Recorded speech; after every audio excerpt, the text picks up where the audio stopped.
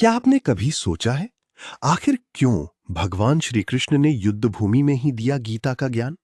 जब अर्जुन मोह, भय और दुख में डूब चुके थे, तब श्री कृष्ण ने बताए जीवन के ऐसे रहस्य जो आज भी हर इंसान की परेशानियों का समाधान है।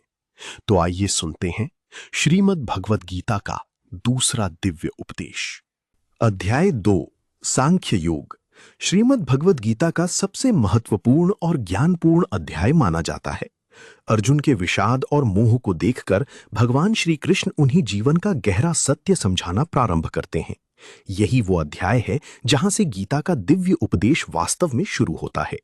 भगवान श्री कृष्ण अर्जुन को आत्मा, कर्म, धर्म और जीवन के वास्तविक उद्देश्य का ज्ञान देते हैं।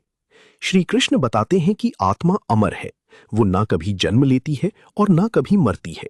शरीर नश्वर है, लेकिन आत्मा शाश्वत और अविनाशी है। जैसे मनुष्य पुराने वस्त्र त्याग कर नए वस्त्र धारण करता है, वैसी ही आत्मा पुराने शरीर को छोड़कर नया शरीर धारण करती है।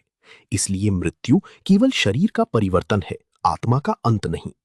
इस अध्याय में भगवान श्री कृष्ण अर्जुन को अपने क्षत्रिय धर्म और कर्तव्य का पालन करने के लिए प्रेरित करते हैं। वे समझाते हैं कि मनुष्य को अपने कर्म करते रहना चाहिए, लेकिन कर्म के फल की चिंता नहीं करनी चाहिए।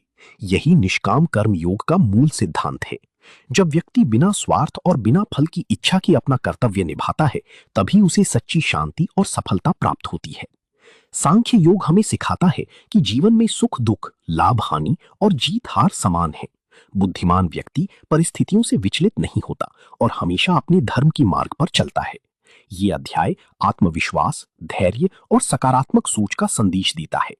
इसी अध्याय में कर्म योग की नींव रखी जाती है, जो आगे चलकर पूरे गीता ज्ञान का आधार बनती है। सांख्य योग केवल अर्जुन के लिए नहीं, बल्कि हर मनुष्य के जीवन को सही दिशा देने वाला दिव्य ज्ञान है।